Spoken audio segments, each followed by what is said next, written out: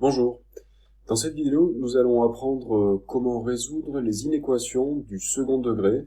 Donc une inéquation du second degré, donc ça comporte une expression du second degré et un signe d'inégalité, alors large, comme on dit ici, là, ou bien strict, lorsqu'on va avoir ici supérieur strictement. Alors là, sur le premier exemple, on a l'inéquation moins x carré moins x plus 6 supérieur ou égal à 0. Donc on va essayer de trouver toutes les valeurs de x pour lesquelles cette expression-là, est bien positive ou bien nulle. Alors pour ça, eh bien, on va chercher le signe de l'expression du second degré. Dans un premier temps, on détermine les racines de l'expression moins x carré moins x plus 6. Alors on a fait un exemple un peu similaire dans la première vidéo. Ici on peut remarquer que 2 est une solution évidente, est une racine évidente, puisque moins 2 au carré ça fait moins 4, moins 2 ça fait moins 6, et du coup ça fait moins 6 plus 6 ça fait 0, donc 2 est une racine. On peut remarquer que le produit des racines fait moins 6, donc 2 fois quelque chose est égal à moins 6, c'est 2 fois moins 3.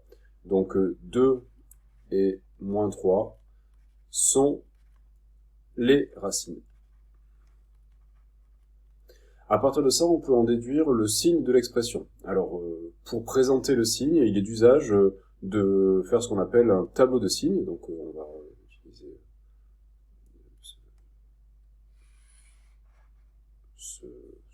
cet outil-là pour présenter les résultats.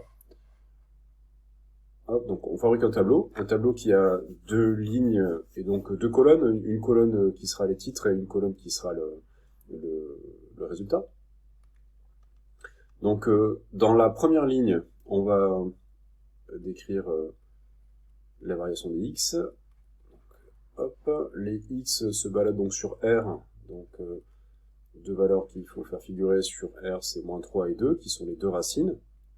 Et ici, on va présenter le signe de moins x carré moins x plus 6. Cette expression-là s'annule en moins 3 et en 2. Le coefficient dominant, c'est moins 1, c'est moins 1 fois x carré. Et ça, c'est négatif. Donc, on pense à la parabole. Comme le coefficient dominant est négatif, la parabole est comme ça. La parabole est comme ça veut dire que l'expression est d'abord négative, puis positive, puis négative. D'accord ? Négative, positive, puis négative. En dessous, en dessous ou au-dessus de l'axe des abscisses. Bien. À partir de ça, on peut en déduire les solutions de l'inéquation. Donc les solutions de l'inéquation sont les valeurs de x telles que l'expression est positive ou nulle.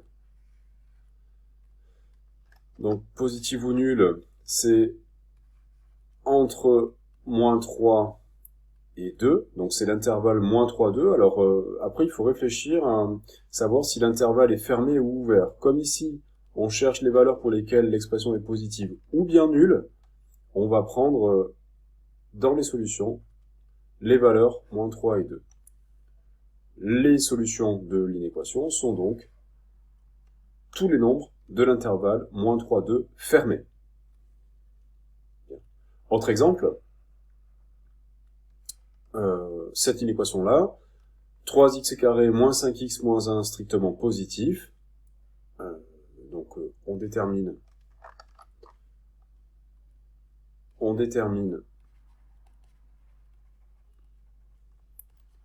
les racines de l'expression 3x2 moins 5x moins 1. Alors, il n'y a pas de racine évidente ici, on va calculer le discriminant. Le discriminant est égal à 25 moins 12, plus 12, pardon, qui fait 37. Et donc, les deux racines sont R1 égale 5 moins racine de 37 sur 6, et R2, c'est 5 plus racine de 37 sur 6. Alors, racine de 37, c'est presque racine de 36. Racine de 36, vous savez que ça fait 6. Donc ça fait 5 moins 6 à peu près sur 6. Donc ça fait à peu près... c'est à peu près égal à moins 1 sixième. Hein. Et ici, on est à 5 plus à peu près 6 sur 6. Donc ça fait à peu près 11 sixièmes. Ce qu'il faut réaliser, c'est que c'est juste le signe, en fait. C'est important, je pense que vous arriviez à savoir si ces expressions un peu crado, là, elles sont positives ou négatives. C'est juste pour que vous ayez une image mentale de la position des racines, en fait. Ça, c'est important. Après, le fait de connaître les valeurs arrondies, c'est pas très important. Hein. C'est juste une idée grosso modo. Vous voyez, ça, c'est à peu près 2, en fait. Hein, vraiment à la louche, quoi. Comme ça, vous savez à peu près où sont les racines, quoi. Vous arrivez à les placer sur un axe approximativement, quoi. D'accord ? Donc, même chose que tout à l'heure, on trace un tableau de signes. Je prends un peu de marge ici.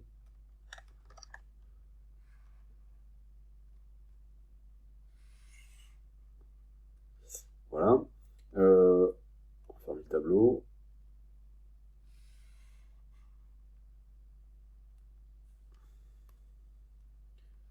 Donc, les x se baladent entre moins l'infini et plus l'infini. Il est important, évidemment, de voir que R1 est plus petit que R2. L'expression donc s'annule en R1 et en R2. Donc ici, on va écrire le titre de la ligne. Signe de 3x2 moins 5x moins 1.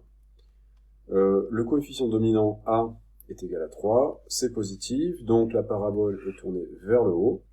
Et donc l'expression va être positive d'abord, négative entre les racines, positive ensuite. On est d'accord. Ici, si on a l'axe des abscisses, on a R1 qui est là, R2 qui est là, et donc l'expression est positive, négative et positive ensuite. D'accord ? Je vous rappelle que les valeurs du polynôme sont les ordonnées en fait des points de la parabole. Bien, on va conclure. Donc on cherche à savoir pour quelle valeur de x l'expression 3x carré moins 5x moins 1 est strictement positive, c'est-à-dire positive mais pas nulle, et on voit que l'expression est positive ici, donc sur ces intervalles-là. D'accord ? Donc l'ensemble des solutions, c'est l'ensemble des valeurs de x compris entre moins l'infini et R1, donc là on va mettre 5 moins racine de 37 sur 6. Alors, cette valeur-là, on ne la prend pas, puisque c'est une valeur pour laquelle l'expression, si on remplace x par R1, on trouve 0. Hein, on trouve cette valeur-là, donc on la veut pas, puisque nous on veut les valeurs pour lesquelles l'expression est strictement positive. Union, 5 plus racine de 37 sur 6, plus l'infini. Donc les valeurs solutions sont des valeurs strictement plus petites que R1 et strictement plus grandes que R2. Voilà.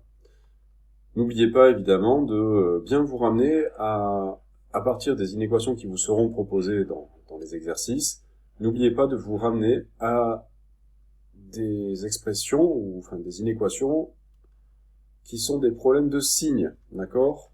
On se ramène toujours, c'est un truc, je vais vous le répéter 150 000 fois, on se ramène toujours de problèmes d'inégalité à des problèmes de signes. Donc des inégalités, on ne sait pas toujours les traiter, on se ramène à des problèmes de signes. Des problèmes de signes qu'on sait en général traiter par des factorisations ou par des théorèmes comme celui qu'on a dans ce chapitre-là. D'accord ? Voilà, c'est la fin de cette vidéo.